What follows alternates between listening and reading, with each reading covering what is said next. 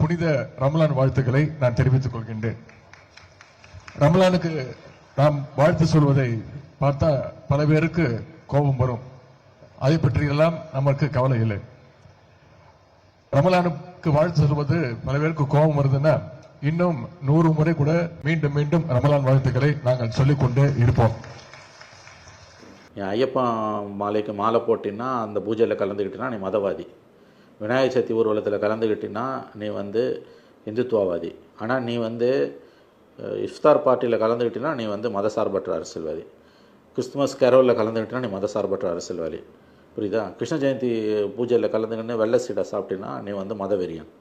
இதுதான் இந்தியாவில் இருக்கக்கூடிய குறிப்பாக தமிழ்நாட்டில் இருக்கக்கூடிய மதசார்பற்ற தன்மைக்கான அளவுகோல். நான் என்ன சொல்கிறேன், நீ இஃப்தார்லேயும் கலந்துக்கோ, கஞ்சி குடி, கிறிஸ்மஸ் கலோர்லேயும் கலந்துக்கின்னு கேக்கு சாப்பிடு,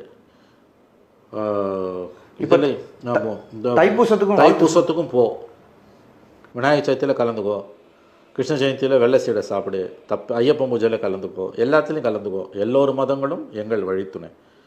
அதை நோக்கி நகருது. ஆனால் இனிமேல் இஃப்தாரில் கலந்துக்கிட்டு விநாயகர் சதுர்த்தி ஊர்வலத்தில் கலந்துக்க மாட்டேன்னு சொன்னீங்கன்னா மக்கள் மன்றத்தில் அம்பலப்பட்டு நிற்பாய்.